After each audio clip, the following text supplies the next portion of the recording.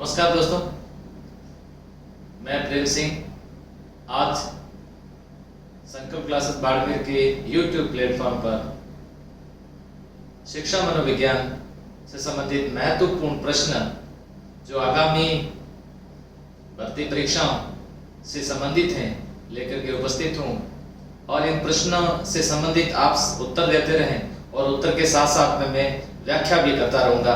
तो इसी के साथ साथ आज के इस प्रश्न की शुरुआत करते हैं और इस तरह से प्रश्नों का संग्रह किया गया है जो कि आगामी परीक्षाएं जो होगी, रीट होगी, सीटेट होगी या राज्य पात्रता परीक्षा होगी, उससे संबंधित ये महत्वपूर्ण संग्रह है और इस महत्वपूर्ण संग्रह संबंधित प्रश्न हमेशा पूछे जाते हैं। ऐसे अच्छे प्रश्न पूछे जाते हैं, तो इसके बारे में आज डिस्कस करते हैं कौन सा प्रश्न है। इससे संबंधित आप भी कोशिश ये करें कि आपसे कोई ऐसा समझ में नहीं आता है तो पूछिएगा और ज्यादा से ज्यादा ये कोशिश करो कि आपके अच्छा सा क्या हो जाए, रिवीजन हो जाए। देखिए पहला प्रश्न है आपके सामने, प्राक संक्रियात्मक अवस्था है। यहाँ ये प्रश्न पढ़ते समय सबसे पहले विचार ये आना चाहिए कि ये किस सिद्धांत से संबंधित प्रश्न पूछा जा रहा है। ये जीन पियाजे के संज्ञानात्मक सिद्धांत से संबंधित प्रश्न पूछा जा रहा है। जीन पियाजे द्वारा जो संज्ञानात्मक सिद्धांत दिया गया उस सिद्धांत में कितनी अवस्थाएं बताई? 4 अवस्थाएं बताई। पहली अवस्था कौन सी बताई? संवेदी पेशीय अवस्था, जिसे इंद्रिय गामक अवस्था भी कहते हैं। दूसरी कौन सी बताई? प्राक संक्रियात्मक अवस्था। और तीसरी मूर्त संक्रियात्मक अवस्था और चौथी अमूर्त संक्रियात्मक अवस्था। अमूर्त संक्रियात्मक अवस्था को कई बार ऐसा भी लिखा होता है औपचारिक संक्रियात्मक अवस्था। तो इन 4 अवस्थाओं में से एससी अवस्था ये कितने नंबर की अवस्था होगी? तो इसकी क्रमबद्धता हमें इस तरह से भी याद रखनी चाहिए। देखो 4 अवस्थाओं का आप नाम याद रख दो और नाम याद रखने के बाद में फिर क्या करो, उसके वर्ष देखो कैसे याद रखना। यहाँ मैं आपको बता देता हूँ। देखिए यहाँ संक्रिया कैसी है? प्राक। फिर संक्रिया कैसी है? मूर्त। और मूर्त के बाद में संक्रिया कैसी होगी? अमूर्त। इन तीनों के पीछे शब्द क्या लगता है? तीनों के पीछे शब्द लगता है संक्रिया शब्द लगता है। इससे पहले जो शब्द है उसके अंदर संक्रिया शब्द नहीं लगता है, वो है कौन सी? इंद्रिय गामक। तो ये कितने वर्ष का होता है? जब 2 वर्ष का। तो ये 2 से लेकर कितना हुआ? 7। और ये 7 से लेकर कितने वर्ष तक बताओ? 11। और ये 11 से ऊपर अधिकतर कितने वर्ष तक का बताया गया? 15 वर्ष तक का बताया गया। तो इस तरह से हमें प्रश्न, और मैं आपको और बता देता हूँ, आप ये पढ़ाई जब आप करते हो, आप स्टडी करते हो, तो ये कोशिश किया करो कि पुराने जो भी प्रश्न है उन पर ज्यादा से ज्यादा ध्यान केंद्रित किया करो। देखो क्यों? क्योंकि एक तो पैटर्न का पता चलता है और दूसरा प्रश्न हमेशा क्या होते हैं? प्रश्न हमेशा रिपीट होते हैं। तो ये हमें अच्छी तरह से समझ में आ गया। इसका सही उत्तर क्या होगा? इसका सही उत्तर होगा 2 से लेकर कितने वर्ष? 7 वर्ष। अब देखिए दूसरा प्रश्न आपके सामने। दूसरा प्रश्न क्या कह रहा है कि औपचारिक संक्रियात्मक अवस्था है। बस समझना ही है, थोड़ा बहुत नाम का ही अंतर है। औपचारिक संक्रियात्मक अवस्था कहो या फिर अमूर्त संक्रियात्मक अवस्था कहो, इन दोनों में कोई फर्क नहीं है। अभी ये प्रश्न पूछा गया था, फर्स्ट ग्रेड के अंदर ये प्रश्न पूछा जा चुका है, तो हमें बड़े आसानी से इसका उत्तर दिया जा सकता है। 15 वर्ष, 5 वर्ष, 8 वर्ष से या फिर 11 वर्ष से। अब फर्स्ट ग्रेड में जो ये प्रश्न अभी पूछा गया उसमें तो बिल्कुल नजदीकी से उत्तर थे। 11 वर्ष से ऊपर, 12 वर्ष से ऊपर, 13 वर्ष से ऊपर या 14 वर्ष से ऊपर, बहुत नजदीकी से थे। लेकिन उसमें कई अभ्यर्थी कंफ्यूज थे। क्यों? देखिए मैं आपको बता देता हूँ। एक तो ज्यादा पुस्तकें पढ़ने से कंफ्यूजन बढ़ता है, दूसरा ऑथेंटिक पुस्तक ना पढ़ने से, और तीसरी बात जो ये थी कि पुराने प्रश्न पत्र ना मिलाने से भी। अब पुराने प्रश्न पत्र में ऐसा आया हुआ है प्रश्न 11 वर्ष से ऊपर, मैंने प्रश्न देख के मुझे आइडिया लग गया था कि इसका उत्तर तो ये 11 से होगा, लेकिन कईयों ने से 12 से ऊपर भी इसका उत्तर दिया होगा। तो यहाँ अमूर्त और ये औपचारिक, तो कौन सा होगा? 11 वर्ष से ऊपर। आसानी से इसका उत्तर दिया जा सकता है। नेक्स्ट अगला प्रश्न। अब देखो मूर्त संक्रियात्मक अवस्था है। मूर्त संक्रियात्मक अवस्था है तो देखो 4 अवस्थाएं हो चुकी है। इंद्रिय गामक, प्राज्ञा संक्रिया, मूर्त संक्रिया और फिर कौन सी? अमूर्त संक्रिया। अब एक चीज मैं आपको और बता देता हूं, संज्ञानात्मक सिद्धांत से संबंधित वीडियो अपलोड किए हुए हैं, आप उसको बार बार देखिएगा, कुछ नहीं करना, आप लोग उसको देखते जाइए। आप लोगों का जब भी स्वाध्याय, जब देखो स्वाध्याय तो बहुत महत्वपूर्ण है, स्वाध्याय करते समय आपको लगता है कि अब मुझे कुछ समय के लिए मोबाइल से कुछ सुनना है, तो उसको चालू करके रख दीजिए और सुनते रहिए। तो वहां बड़े अच्छे तरीके से हर बात को समझाया गया है। मूर्त संक्रिया अवस्था कितने से, 7 से लेकर के 11वां। नेक्स्ट अगला प्रश्न देखिए, संज्ञानवादी विकास सिद्धांत के प्रवर्तक कौन है? आप बहुत सारे नाम से आ जाएगा। संज्ञानवादी सिद्धांत के प्रवर्तक कौन है? ज्ञानात्मक सिद्धांत के प्रवर्तक कौन है? विकासात्मक मनोविज्ञान के जनक कौन है? अवस्था सिद्धांत किसके द्वारा प्रतिपादित किया गया? प्रत्यय निर्माण सिद्धांत किसके द्वारा प्रतिपादित किया गया? अंतःक्रियावादी सिद्धांत किसके द्वारा प्रतिपादित किया गया? इन सारी बात जो मैंने अभी जितने भी प्रश्न बोले आपके सामने, इनका एक ही उत्तर है और वो है जीन पियाजे, संज्ञानवादी जीन पियाजे। देखो यहाँ थॉर्नडाइक दिया हुआ दूसरा ऑप्शन के अंदर। थॉर्नडाइक संज्ञानवादी नहीं थे, थॉर्नडाइक ने सीखने के नियम प्रतिपादित किए थे, इसलिए थॉर्नडाइक को प्रथम शैक्षिक मनोवैज्ञानिक माना जाता है। थर्स्टन ने बुद्धि से संबंधित अध्ययन किया। थर्स्टन ने अभिवृद्धि संबंधित कई मापनी भी दी थर्स्टन के द्वारा। और फिर बात आती है स्पीयरमैन। स्पीयरमैन जब भी हम पढ़ते हैं तो ज्यादातर बुद्धि का द्वितत्व सिद्धांत, बुद्धि का त्रितत्व सिद्धांत, ये स्पीयरमैन के द्वारा। तो यहाँ ये सब क्लियर हो जाता है। साथ साथ में प्रश्न और उसके ऑप्शन कौन से, वो भी मैं साथ साथ में आपके क्लियर करता रहूंगा। इसका सही उत्तर क्या होगा? जीन पियाजे। गिलफोर्ड के अनुसार निम्न में से बुद्धि का आयाम नहीं है। देखिए गिलफोर्ड ने बुद्धि का इस तरह से उन्होंने एक इस तरह से बुद्धि के आयाम के बारे में जो बताया गिलफोर्ड के द्वारा, और गिलफोर्ड के द्वारा जो बुद्धि के आयाम के बारे में बताया गया, गिलफोर्ड 1 नंबर, ये 2 नंबर और ये 3 नंबर। अब इस 1 नंबर के अंदर ये बताते हैं विषय वस्तु, दूसरे में उत्पाद और तीसरे के अंदर संक्रिया। तो यहाँ ये देखिए, इसमें विषय वस्तु, हाँ ये विषय वस्तु आ गया। संक्रिया, बिल्कुल ये संक्रिया, और ये उत्पाद, इसमें कौन सा नहीं होगा? संज्ञा नहीं होगा। तो देखिए किस तरह से विषय वस्तु के अंदर विषय वस्तु का मतलब ये है कि बुद्धि के द्वारा विषय वस्तु किस तरह से ग्रहण की गई है, दृश्य है, श्रव्य है, किस तरह से। फिर उसमें संक्रिया मतलब उस पर चिंतन मनन किस प्रकार किया गया, अपसारी चिंतन है या अभिसारी चिंतन है या और किसी प्रकार सृजनात्मक चिंतन किया हुआ है। सृजनात्मक वैसे अपसारी चिंतन होता है, या फिर विश्लेषणात्मक चिंतन है, आलोचनात्मक चिंतन है, किस प्रकार का है, या कल्पनात्मक चिंतन है, स्वलीय चिंतन है। चिंतन के खूब सारे प्रकार है, चिंतन टॉपिक पर भी बात करेंगे। अब उत्पाद कैसे हुआ है? श्रेणी के अंदर हुआ, वर्ग के अंदर हुआ, इकाई के अंदर उत्पाद है, या उत्पाद में कोई नियम बना है, किस तरह से उत्पाद है। तो यहाँ ये वर्गीकरण दिया गया किसके द्वारा? ये गिलफोर्ड के द्वारा। किससे संबंधित है? बुद्धि से संबंधित। आयाम नहीं है ये प्रश्न, आयाम नहीं है संबंधित प्रश्न पूछा जाता है कई बार। नेक्स्ट अगला प्रश्न देखिए क्या है। थॉर्नडाइक के अनुसार बुद्धि के प्रकार, अभी बात आई थी, थॉर्नडाइक ने सीखने के नियम प्रतिपादित किए। थॉर्नडाइक को प्रथम शैक्षिक मनोवैज्ञानिक माना जाता है। थॉर्नडाइक के द्वारा 3 सीखने के मुख्य नियम दिए गए। 3 सीखने के मुख्य नियम दिए गए। कौन सा? अभ्यास का नियम, तत्परता का नियम और प्रभाव का नियम। इसके बाद में इनके द्वारा 5 जो है वो गौण नियम बताए गए। आ बहुसा आम जैसा, है ना, वो गौण नियम हो गए। तो 3 और 5 टोटल कितने हो गए? 8 नियम इनके द्वारा। अब इनके द्वारा बुद्धि के प्रकार बताए गए। तो बुद्धि के इन्होंने प्रकार बताए थे, इस प्रकार बताए थे, मूर्त, अमूर्त और सामाजिक। इस तरह से बुद्धि के प्रकार बताए थे। मूर्त का मतलब यांत्रिक, या मूर्त का मतलब व्यवहारिक। ध्यान से समझना, मूर्त का मतलब यांत्रिक, मूर्त का मतलब व्यवहारिक, अमूर्त का मतलब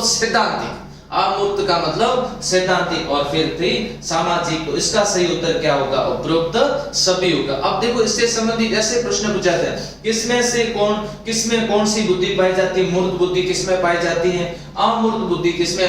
पाई जाती है, शिक्षक में कौन सी बुद्धि होती है, दार्शनिक में कौन सी बुद्धि होती है, डॉक्टर में कौन सी बुद्धि होती है, चित्रकार में कौन सी बुद्धि होती है, नेता के अंदर कौन सी बुद्धि होती है, इस तरह से प्रश्न पूछे जा सकते हैं। तो यहाँ बहुत अच्छी तरह से कॉन्सेप्ट को समझना होगा और मेरे हिसाब से अगर ये समझोगे तो आप किसी भी प्रश्न को गलत नहीं करोगे।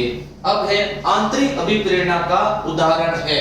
आज मैं आपको बताऊं, सुबह के समय मेरे पास में एक प्रश्न पूछा जाता है, सर के ये थोड़ा इसका उत्तर दीजिएगा कि पुरस्कार सकारात्मक पुनर्बलन है या नकारात्मक पुनर्बलन है। पुरस्कार सकारात्मक अभिप्रेरणा है या नकारात्मक अभिप्रेरणा? आप बताओ, पुरस्कार सकारात्मक अभिप्रेरणा है या नकारात्मक अभिप्रेरणा? उसका उत्तर दिया हुआ क्या था? उसका उत्तर दिया हुआ था नकारात्मक अभिप्रेरणा। अब उसको ऐसे लगा कि पुरस्कार देना तो सकारात्मक है। क्लास के अंदर जब हम पढ़ते हैं तो हमारे सर कहते हैं कि अगर टेस्ट में टॉप आओगे तो आपको ये पुरस्कार प्रदान किया जाएगा, पेन दिया जाएगा। इससे तो हम मोटिवेट होते हैं ना? नहीं, ऐसा नहीं है। देखिए, मैं हर बार एक उदाहरण के माध्यम से बता देता हूं। एक माँ द्वारा बच्चे को दूध पिलाना, दूसरा उदाहरण सुनिए, बच्चे के रोने पर माँ द्वारा दूध पिलाना। अब देखो, दो बातें आ गई। दोनों बातों में माँ अपने बच्चे को दूध पिला रही है।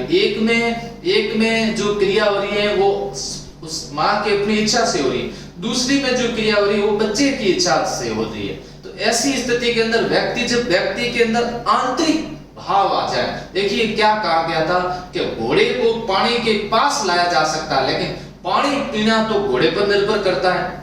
आंतरिक अभिप्रेरणा जितनी ज्यादा होती है वो होती है सकारात्मक। अब बाहर लालच दे दिया जाए, आपको कह दिया जाए नीट परीक्षा में अगर आप लोग सफल होते हो, जिला स्तर पर आप प्रथम स्थान प्राप्त करते हो तो हमारे द्वारा आपको पुरस्कार प्रदान किया जाएगा।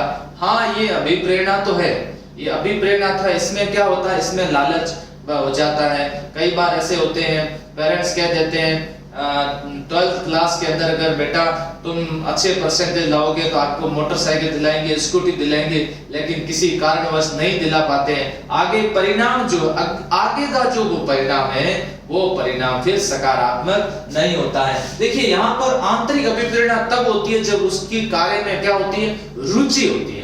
कार्य में रुचि होगी तब आंतरिक अभिप्रेरणा। अब मनोविज्ञान में आपकी रुचि है, मनोविज्ञान में जब आपकी रुचि ज्यादा है तो आप उत्सुकता के साथ पढ़ोगे।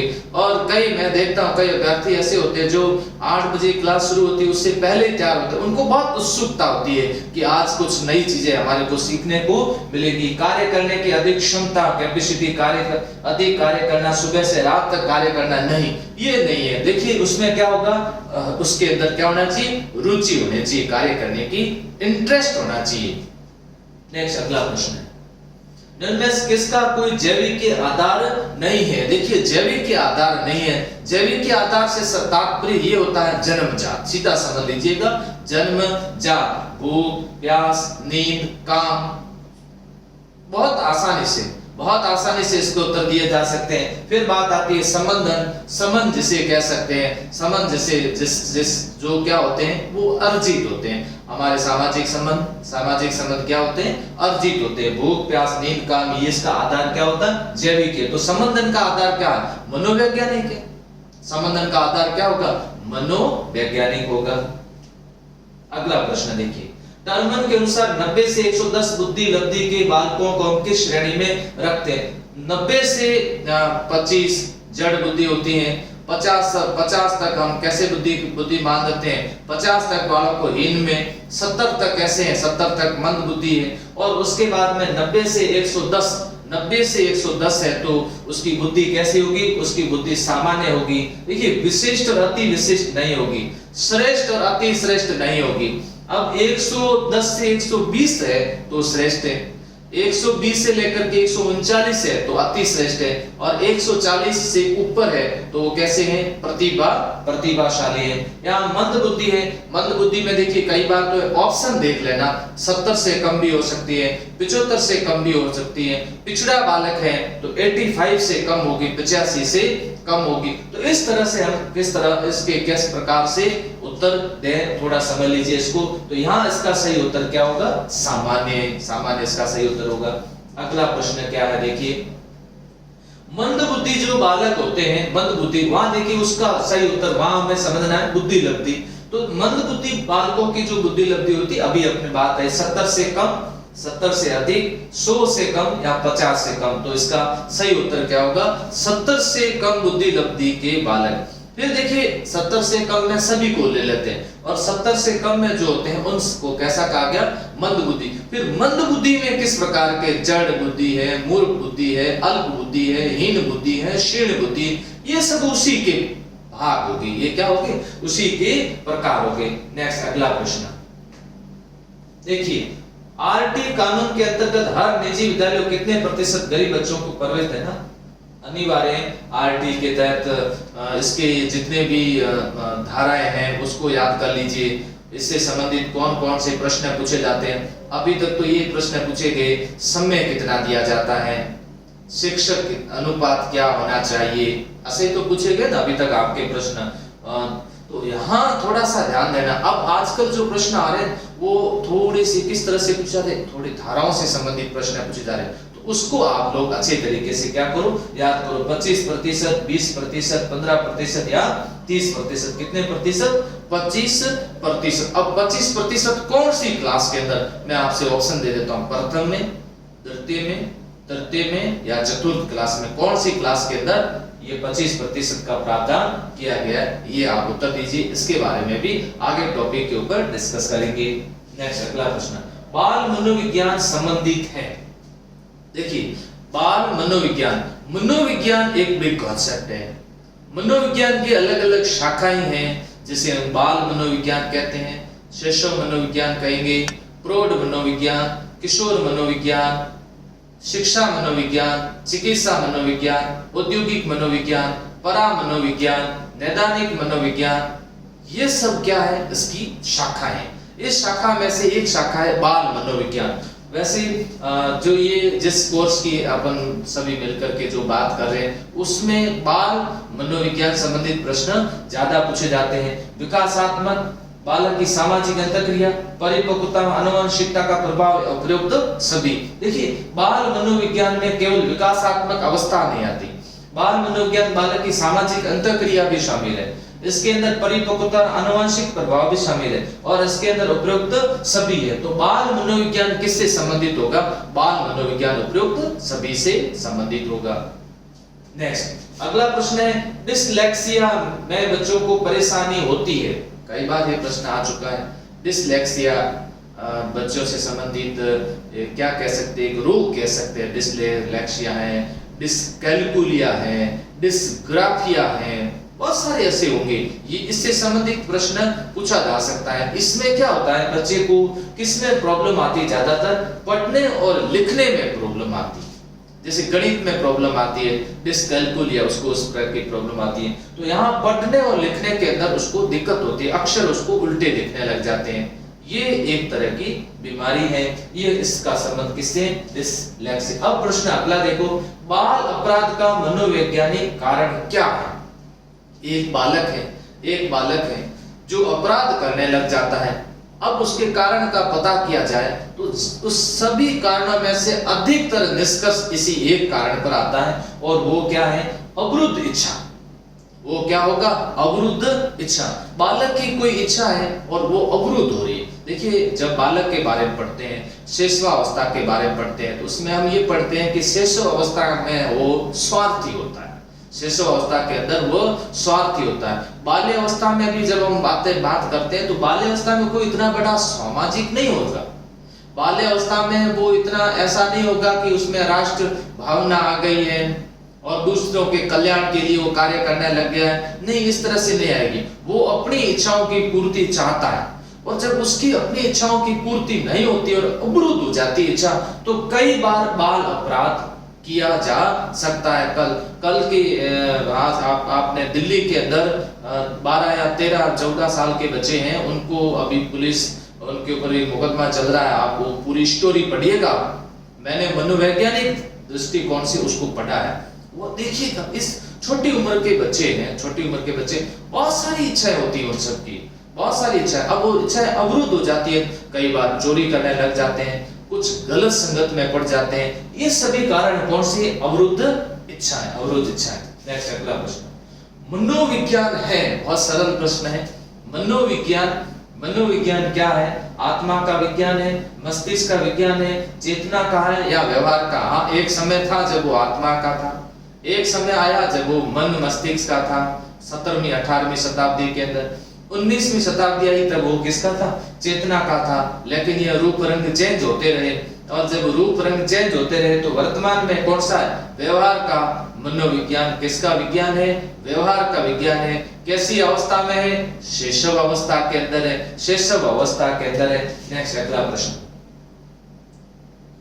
शिक्षा मनोविज्ञान का मुख्य केंद्र। देखिए वो तो था मनोविज्ञान, अब प्रश्न आया शिक्षा मनोविज्ञान।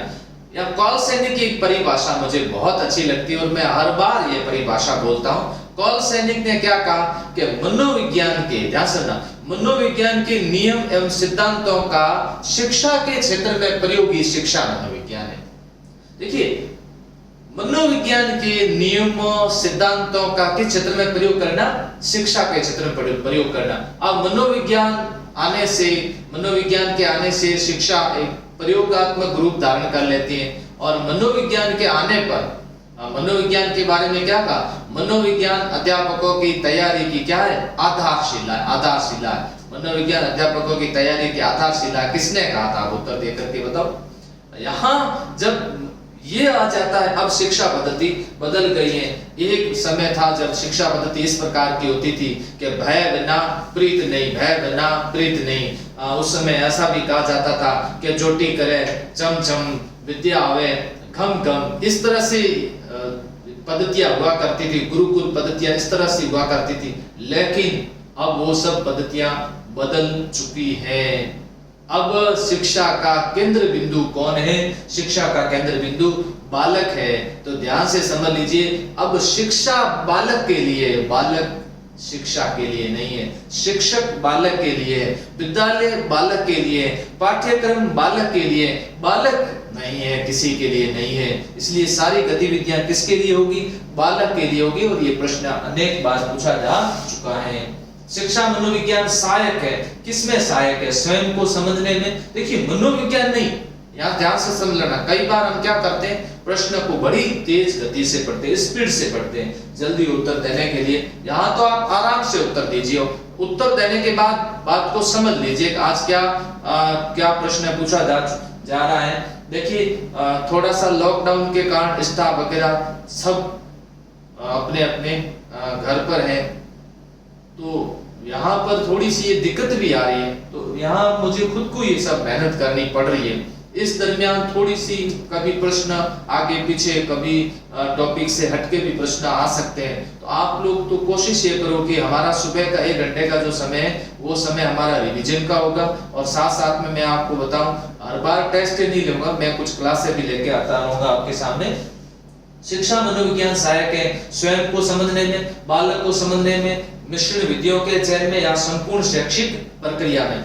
जैसा कि आप लोग उत्तर दे रहे हो, संपूर्ण शैक्षिक प्रक्रिया। शिक्षा मनोविज्ञान तो संपूर्ण शैक्षिक प्रक्रिया है ना, सारी गतिविधियां इसके अंदर शामिल होगी। नेक्स्ट अगला प्रश्न देखिए, अगला प्रश्न क्या है आप लोग पढ़िएगा। निम्न में से शैक्षिक मनोविज्ञान का क्षेत्र नहीं है। आप देखिए यहाँ अभी थोड़ी देर पहले जो बात आई उसी से संबंधित अब प्रश्न क्या पूछा जा रहा है। देखिए सीखने की प्रक्रिया कैसी हो, बिल्कुल सही बात है। सीखने के मेथड कौन कौन से हो, किस तरह से सिखाया जाए, यही तो मनोविज्ञान जब शिक्षा में आया तो इन दोनों का रूप मिला तो शिक्षा मनोविज्ञान हुआ। वर्तमान में खेल आधारित पद्धतियां आ गई, किंडरगार्टन पद्धति आ रही है, प्रोजेक्ट मेथड आ रहा है। दूसरा मापन एवं मूल्यांकन के अंदर बिल्कुल, ये तो मापन और मूल्यांकन का अंतर भी तो समझना है ना हमें। मापन क्या है? मेजरमेंट है, मूल्यांकन इवोल्यूशन है। तो यहाँ एक थोड़ी सी बात और समझा देता हूँ। मापन क्या करेगा? मापन ये मापेगा कि इसके द्वारा कितने अंक प्राप्त किए गए। मूल्यांकन अच्छे और बुरे के बारे में निर्णय करेगा। मूल्यांकन का कार्य निर्णय करना। खेलों का प्रशिक्षण देना शिक्षा मनोविज्ञान का कार्य नहीं है। फिर आता है पाठ्यक्रम निर्माण। अच्छा, पाठ्यक्रम बहुत जरूरी है। करिकुलम, पाठ्यक्रम वो दौड़ का मैदान है, वो दौड़ का मैदान है। दौड़ का मैदान जितना अच्छा होगा उस पर दौड़ उतनी ही अच्छी होती है। हमारा आपका पाठ्यक्रम क्या है, इस पाठ्यक्रम जितना बढ़िया सरकार पाठ्यक्रम देगी उतने कंपटीशन बहुत अच्छा होता है। मैं जब ये सारे प्रतियोगी परीक्षा देखता हूँ ना, पटवार, कांस्टेबल, आरएएस वगैरह सब, उसमें से पाठ्यक्रम की तुलना अगर करूँ ना तो मुझे पाठ्यक्रम में सबसे अच्छा पाठ्यक्रम रीट का लगता है। आपका पाठ्यक्रम बहुत अच्छा है। आपके पाठ्यक्रम में आप देखो मनोविज्ञान के अंदर, फिर लैंग्वेज के अंदर आप देख लो, आपके लगभग लैंग्वेज के, फिर लेवल फर्स्ट वाले आपके गणित पर्यावरण देखो, लेवल सेकंड के आप लोग एसएसटी देख लो, जो 5वीं यूनिट है लगभग सबकी समान है। मेथड तो सब एक जैसे है। मैं आपको कोई भी मेथड पढ़ा दूं वो मेथड सब में काम आएगा। आगमन विधि अगर आपको मैं पढ़ा दूं तो आगमन विधि के जो फॉर्मूले हैं वो सब में काम आ जाएंगे। आपके जो कोर्स है इतना ज्यादा नहीं, लेकिन आप लोग अगर उसको अपने मानसिक रूप में अगर ये सोचते होंगे कि हमारा कोर्स बहुत विस्तृत है तो वो एक अलग बात है, क्योंकि इसके पेज ज्यादा है तो ऐसा लगता होगा। नेक्स्ट अगला प्रश्न, शिक्षण की किंडरगार्टन पद्धति आधारित है, अभी बात हुई थी, प्रोजेक्ट पद्धति पर है, खेल विधि पर है, सर्वेक्षण पर है, ह्यूरिस्टिक विधि। ह्यूरिस्टिक मतलब अनुसंधान, आर्मस्ट्रांग के द्वारा दी गई अनुसंधान। तो ये किस पर आधारित है? खेल पर आधारित है। और ये किंडरगार्टन विधि किसके द्वारा दी गई वो भी आप बता दो। ये फ्रॉबेल विधि, किंडरगार्टन विधि, इसके प्रश्न तो बहुत बार आ जाते हैं। एलकेजी यूकेजी तो बहुत बार सुना होगा आप लोगों ने, और एलकेजी यूकेजी के बारे में जो सुना होगा इसका मतलब वही तो खेल पर आधारित है। लोअर किंडरगार्टन और अपर किंडरगार्टन तो उसी से संबंधित है। गार्टन याद रखना, बिल्कुल सही लिखा होगा। नेक्स्ट अगला प्रश्न है, ओहो बुलिमिया है। बुलिमिया क्या है? अवधान विकृति है, भोजन ग्रहण विकृति है, पठन विकृति है या फिर गणन विकृति है। बुलिमिया क्या है? तो यहाँ थोड़ा सा समझना होगा कि बुलिमिया क्या है। अवधान विकृति है या भोजन ग्रहण विकृति, पठन विकृति या फिर गणन विकृति। तो बुलिमिया एक भोजन ग्रहण विकृति है, भोजन ग्रहण विकृति है। नेक्स्ट अगला, वृद्धि एवं विकास है। वृद्धि विकास एक दूसरे के पूरक हैं, वृद्धि विकास एक दूसरे के विपरीत हैं, एक दूसरे के समानांतर है या कोई नहीं है। वृद्धि विकास के बारे में अधिकतर यह प्रश्न देखने को मिलता है कि वृद्धि और विकास एक दूसरे के क्या है? एक दूसरे के पूरक है। वृद्धि और विकास एक दूसरे के विपरीत नहीं है, क्योंकि ये एक समय तक दोनों एक साथ चलते हैं। और खास बात आती है कि वृद्धि एक समय जाकर के रुक जाती है और विकास जीवन पर्यंत चलने वाली प्रक्रिया। लेकिन जब तक वृद्धि और विकास साथ साथ चलते हैं तब उस समय ये देखा जाता है कि वृद्धि का प्रभाव विकास पर पड़ता है, लेकिन विकास का प्रभाव वृद्धि पर नहीं पड़ता है। विकास का प्रभाव नहीं पड़ता है। तो ऐसी स्थिति के अंदर एक समय तक वृद्धि, जिस प्रकार इस ग्रोथ अभिवृद्धि का प्रभाव विकास पर पड़े, इसलिए दोनों को कैसा माना गया? पूरक माना गया है। तो यहाँ पर सही उत्तर क्या होगा? एक दूसरे के पूरक है। बाल विकास में कौन सहायक है? बाल विकास चाइल्ड डेवलपमेंट, उसमें कौन सहायक है? वंशानुक्रम, वातावरण, केवल वंशानुक्रम, केवल वातावरण या खान पान। देखिए यहाँ पर देखते हैं कि वातावरण जब आ रहा है तो ये अलग से खान पान तो कोई ऑप्शन नहीं हो सकता। केवल वंशानुक्रम होगा या केवल वातावरण होगा। यहाँ जब भी मनोविज्ञान पढ़ते हैं तो उसके जब आते हैं अधिगम को प्रभावित करने वाले कारक, बुद्धि को प्रभावित करने वाले कारक, व्यक्तित्व को प्रभावित करने वाले कारक, ये सभी कारक, इस सभी कारक में आता है वंशानुक्रम और वातावरण। ये वंशानुक्रम वातावरण के बीच में हमेशा विवाद रहा है। वंशानुक्रम कहते हैं नहीं हमारे अनुसार सही है, वातावरण कहता नहीं हमारे अनुसार सही है। तो यहाँ व्यवहारवादियों ने वातावरण पर बल ज्यादा दिया है, लेकिन उन्होंने आनुवंशिकता को नकारा नहीं, इसलिए एक नंबर इसमें सही होगा। किशोरावस्था की प्रमुख समस्या क्या है? किशोरावस्था हम पढ़ते हैं जीवन का स्वर्ण काल, बसंत, सुनहरी अवस्था, टीनेज, भक्ति की अवस्था, पूजा की अवस्था, राष्ट्र सेवा की अवस्था और उलझन की अवस्था, अटपटी अवस्था। इस तरह से जीवन का कठिन काल है, कठिन सामाजिकरण की अवस्था है। इस अवस्थाओं में जब पढ़ते हैं तो एक बात हमें ये देखने को मिलती है कि किशोरावस्था वजन बढ़ाने की, शिक्षा की, अच्छे परीक्षा परिणाम देने की, ये सब बातें तो ठीक है, लेकिन किशोरावस्था जब समाज के अंदर किशोर रहता है तो समाज में वो अनुमोदन चाहता है, जब उसको अनुमोदन नहीं मिलता है तो समायोजन नहीं होता है, समायोजन करना थोड़ा सा मुश्किल होता है। देखिए एक रोजगार लगा हुआ समायोजन ज्यादा करेगा या बेरोजगार ज्यादा करेगा, यहाँ ध्यान रखना हमें। हालांकि बेरोजगारी कोई अभिशाप नहीं है, बेरोजगारी कोई कलंक नहीं है, हाँ जब तक उसकी नौकरी नहीं लगे तब तक वो क्या है, बेरोजगार है। अब नौकरी का मतलब कोई भी हो सकती है, लेकिन हर कोई ये चाहते हैं कि हमें सरकारी नौकरी मिले, तो इसके लिए आप अच्छे से मेहनत करो, कोई बड़ी बात नहीं है, आसानी से आपको लग जाएगी।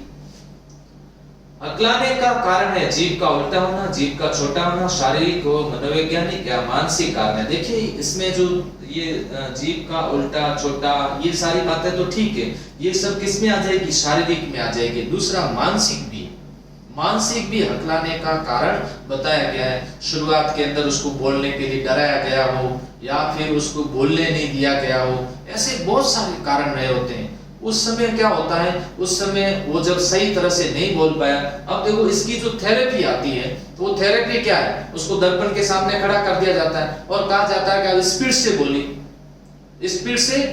और वो स्पीड से बोलते हैं तो ये अकलाना या तुतलाना जो ये बीमारी है इसका समाधान हो सकता है। तो ये किससे संबंधित है, शारीरिक और मनोवैज्ञानिक है। व्यक्ति विभिन्नता पर सर्वप्रथम महत्वपूर्ण कार्य करने वाले व्यक्ति थे।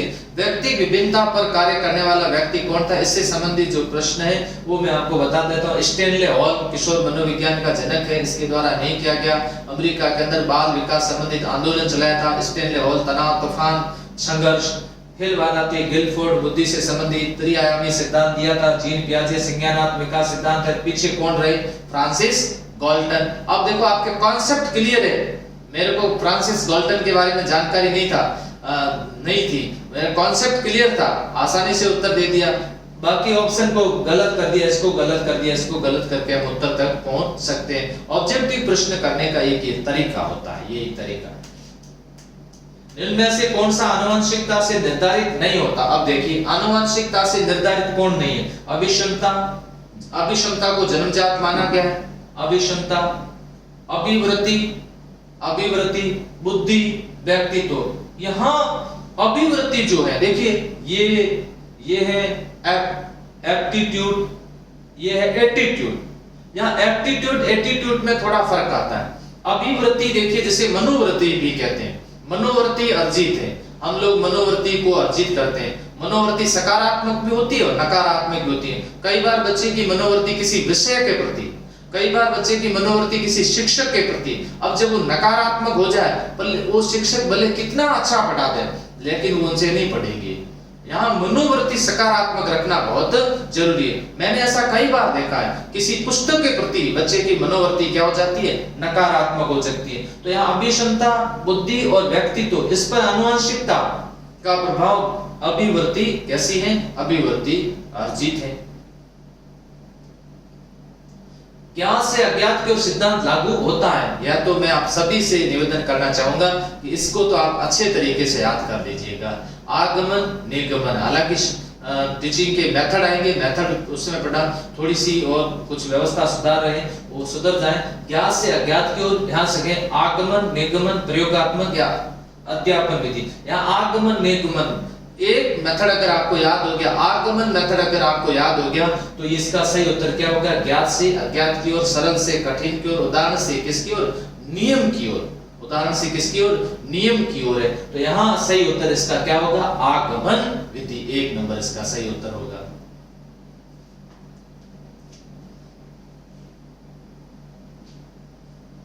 एक प्रश्न आगे चला गया और आगे चला गया।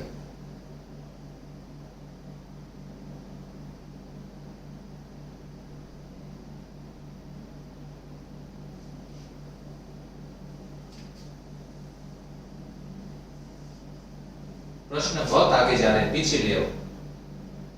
हाँ, थर्स्टन की अभिवृत्ति मापनी कहलाती है समय अंतराल मापनी, दूर अंतराल मापनी, विषय अंतराल या फिर पास अंतराल। तो ध्यान से समझिएगा, थ्रस्टन की जो अभिवृद्धि मापनी है वो किससे संबंधित है? सम अंतराल मापनी। यहाँ अभिवृद्धि क्या? मनोवृत्ति। फिर वापस समझ लीजिए, अभिवृद्धि क्या? मनोवृत्ति। मनोवृत्ति किसे कह सकते हैं? मनोवृत्ति का मतलब हमारी किसी के प्रति किस प्रकार की वृत्ति है, हमारा दृष्टिकोण कैसा है किसी के प्रति, हम उसके बारे में क्या सोचते हैं, हमारा किसी देश के प्रति कैसा दृष्टिकोण है। अब देखिए, सब लोग चाइना को गालियां दे रहे हैं कि कोरोना उसने भेजा है। ये नहीं कह सकते कि उन्होंने भेजा है, लेकिन सब कह रहे नहीं कह रहे। अब मनोवृत्ति नकारात्मक बन रही है, उनके प्रति नकारात्मक बन रही है। यहां थोड़ा ये समझना, तो सम अंतराल का मतलब समय, सम अंतराल में व्यक्तियों का मनोवृत्ति का अगर मापन किया जाए, ऐसी मापनी किसने बनाई थी? थ्रस्टन के द्वारा ऐसी मापनी बनाई गई थी, थ्रस्टन के द्वारा बनाई गई थी। क्रेस्मर के अनुसार स्थूलकाय प्रकार के व्यक्ति स्वभाव से होते हैं। क्रेस्मर ने व्यक्तित्व के प्रकार कितने बताए? 4 प्रकार बताए। क्रेस्मर ने पहला जो प्रकार बताया था पिकनिक प्रकार जो बताया था, पिकनिक पर जाना, खाने पीने में। फिर सामाजिक प्रकार के होते हैं, खुश मिजाज लोग होते हैं, ऐसे जो लोग होते हैं, बहिर्मुखी लोग होते हैं, वाचाल लोग होते हैं, प्रसन्न चित्त लोग होते हैं। तो ये सब किसमें आता है? ये सब पिकनिक के अंदर आता है, पिकनिक के अंदर आता है। स्थूलकाय प्रकार के जो होते हैं वो पिकनिक होते हैं, ये तो क्रोधी नहीं होते। क्रोधी कौन होते हैं? क्रोधी होते हैं एस्थेनिक कौन से? पतले दुबले चिंतित ग्रस्त होते हैं, वो हर किसी पे क्रोध करते रहेंगे, वो बहुत क्रोधी होते हैं। तो यहाँ अलग अलग है। तटस्थ नहीं थे, तटस्थ किसमें आएगा? देखिए, वो एथलेटिक के अंदर तटस्थ आएगा, शांत धैर्यशील होते हैं, तटस्थ। फिर प्रसन्न चित्त, हाँ बिल्कुल सही। तो ये स्थूलकाय प्रकार के व्यक्ति स्वभाव से होते हैं, कैसे होते हैं? प्रसन्न चित्त होते हैं, प्रसन्न चित्त प्रकार के होते हैं। तो इसका सही उत्तर होगा 3। यदि एक बालक कक्षा का औसत कार्य नहीं कर पाता है, तो यहाँ बिल्कुल सही जानकारी के लिए मैं आपको बता दूं, सिरिल बर्ट के द्वारा ये बताया गया, उनके द्वारा बताया गया कि एक बालक जब कक्षा का औसत कार्य नहीं कर पाता है तो कक्षा से पिछड़ गया। कक्षा से पिछड़ जाने का मतलब उसके जो साथ में जो विद्यार्थी पढ़ रहे हैं उन सबसे पिछड़ा जा चुका है। तो यहाँ वो पिछड़ा बालक है, मंदबुद्धि बालक है, मूर्ख है और शैतान बालक है। इन शब्दों का प्रयोग ही नहीं करना। वो पिछड़ा बालक है। वो पिछड़ा किससे है? वो शैक्षिक दृष्टि से पिछड़ा बालक है। बिल्कुल ध्यान समझना है, वो किससे पिछड़ा बालक है? वो शैक्षिक दृष्टि से पिछड़ा बालक है। नेक्स्ट अगला प्रश्न, अंतर्मुखी व्यक्तित्व वाले लोग रुचि किसमें रहते हैं? देखिए, बहिर्मुखी है तो वाचाल होंगे। अब अंतर्मुखी व्यक्ति हैं, वो स्वयं में रहते हैं या दूसरों में?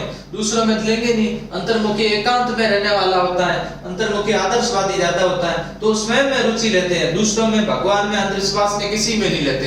अंतर्मुखी का मतलब अपने स्वयं पर ही केंद्रित हैं और अपने स्वयं में ही रुचि लेते रहे। अंतर्मुखी थोड़ा सा वाचाल होना चाहिए, और थोड़ा सा वाचाल जो होता है तो वो टेंशन को जल्दी से दूर कर लेता है। अंतर्मुखी जो होते हैं वो स्वयं तक सीमित रखते हैं, अपनी बात किसी दूसरों को बताते नहीं है, और जब ये दूसरों को नहीं बताते तो ये चिंतित बहुत रहते हैं, ये बहुत चिंतित रहते हैं। पूरे देश की इनको चिंता है। अभी कोरोना आया तो पूरे विश्व की इनको चिंता है। क्या करें बताओ? पियाजे के सिद्धांत के अनुसार कौन सी अवस्था में बच्चों में उस चिंतन का विकास हो जिसमें अनुकर्मणशीलता और उत्कर्मणशीलता, ध्यान सुनना, उत्कर्मणशीलता का मतलब पलटावी गुण का पाया जाना, और अनुकर्मणशीलता का मतलब होता है पलटावी गुण कब पाया जाता है वो मैं आपको बता देता हूं। जब वो मूर्त संक्रियात्मक अवस्था में होता है तब उसमें पलटावी गुण पाया जाता है। कॉन्सेप्ट विकसित होने लग जाते हैं, ऊंचाई का, दूरी का, भार का, मुद्रा का, ये सब हो जाता है। उससे पहले प्राक संक्रियात्मक अवस्था होती है, मैंने बताया था ना, उसमें मुद्रा का कॉन्सेप्ट नहीं होता है। उसको कागज का नोट दे दो उसको अच्छा नहीं लगेगा, और सिक्के दे दो वो तुरंत ले लेगा।